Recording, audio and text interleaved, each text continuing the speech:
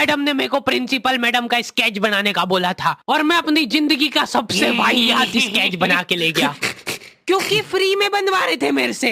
Ma'am अब free में तो ऐसे ही मिले। असेंबली ग्राउंड में सारे कैदियों को हाइट वाइज खड़ा करा जाता था और जो भी बच्चा प्रेयर के बीच में आंखें खोलता था या हिलाडुली करता था पसीना पोंछ रहा था वो बेचारा।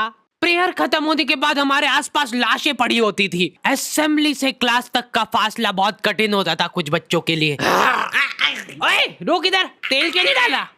सर वो मेरे घर पे जो कोई भी तेल लगा के नहीं आता था उसको घसीट के काल कोठरी में फेंक देते थे लोग और वहीं पे 25 लीटर वाली सोयाबीन तेल की केन उसके ऊपर ढोल देते थे। सर मैं कल बेचारे बच्चे फिर भी जैसे तैसे अपने क्लासरूम तक पहुंच रहे हैं और वहाँ पे टीचर के आते पता ही नहीं है। उनकी अलग मीटिंगें चल रही है ऑफिस में। अच्छा चलो बताओ कि अपन इन बच्चों को और किस तरीके से लूट सकते हैं। मेरे पास एक आइडिया है। देखो अपन क्या है कि एक प्रोजेक्टर लगवाते हैं एक ही क्लास में। कैदियों को क्लास में कोई संभालने वाला नहीं होता है तो ये अपने जंगली पने पे उतर ही आते हैं। मैं डर रहा हूँ। लोहे की स्केल से बेंचे रगड़ रहे हैं, मिस्त्री फेल हो जाए इनके सामने, ऐसा फिनिशिंग वाला काम करते थे।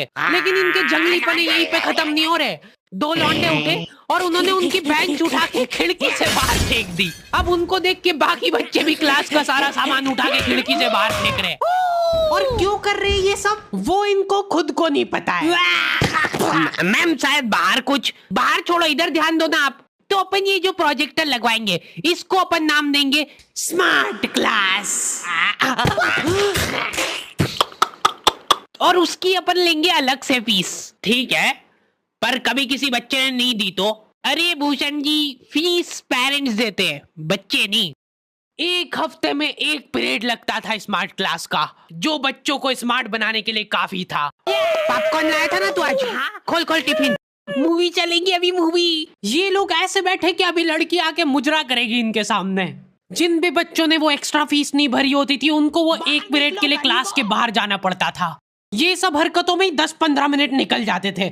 उसके बाद टीचर आके जैसे ही प्रोजेक्टर चालू कर रही है उसकी आधी स्क्रीन जने का सीलिंग पे ही चढ़ रही है। तो अब उस स्क्रीन को फिक्स करने के लिए एक एक्सपर्ट आदमी को बुलाया जाता है। हाँ सही सोच रहे हो भूषण।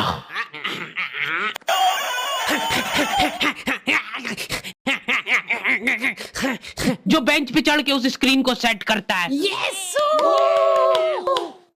और जैसे ही प्रोजेक्टर चालू होता था पीरियड ही ओवर हो जाता था और जो गरीब बच्चे बाहर खड़े थे उनमें से गलती से एक ने क्लासरूम में झांक लिया। क्या देखा तूने? है